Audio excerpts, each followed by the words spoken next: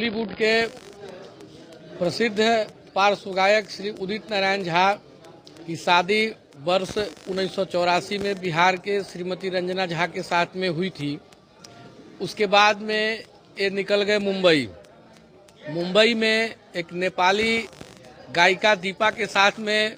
उदित नारायण झा शादी कर लिए चुपके से। और जब इनकी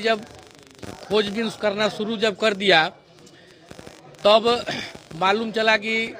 उदित नारायण झा दूसरी शादी करके मुंबई में रह रहे हैं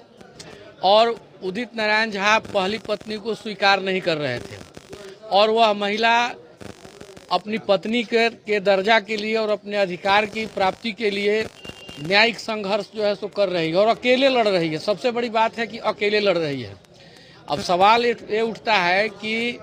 हिंदू विवाह अधिनियम में जब तक डाइवोर्स क्लियर नहीं होगा तो न लड़का दूसरे शादी कर सकता है न लड़की दूसरी शादी कर सकती है। तो फिर यह उदित नारायण के लिए अलग से कानून कैसे आ गया कि उदित नारायण इतने बड़े भारी सेलिब्रिटी होने के बावजूद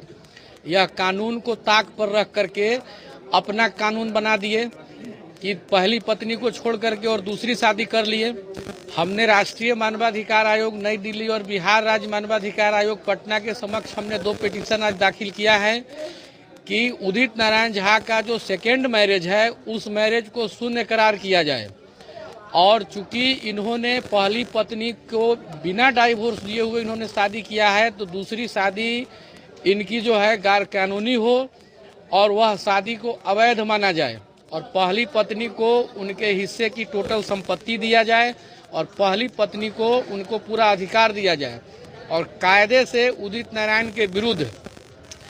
बीएनएस की धारा 82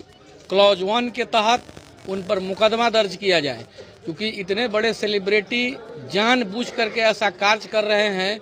और समाज में यह क्या मैसेज देंगे यह उदित नारायण ही जाने। और आजकल उनका जो भी हम लोग देख रहे हैं कि महिलाओं के अधिकार के प्रति और महिलाओं के प्रति जो उनकी स्थिति है वह इस बात को इंगित कर रहा है कि एक सेलिब्रिटी होते हुए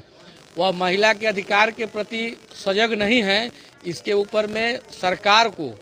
उनके ऊपर में काफ़ी लगाम लगाने की आवश्यकता है और न्यायपालिका को भी इसमें सुओ मोटो कॉग्निजेंस लेकर के वैसे शख्स के विरुद्ध कड़ी से कड़ी कार्रवाई करने की आवश्यकता है। फिलहाल मामला मानवाधिकार आयोग के पास में है। निश्चित रूप से उनकी जो पत्नी है, जो ओरिजिनल पत्नी है श्रीमती रंजना झा, उनकी न्याय के लिए हम लोगों ने भी आवाज़ उठाना शुरू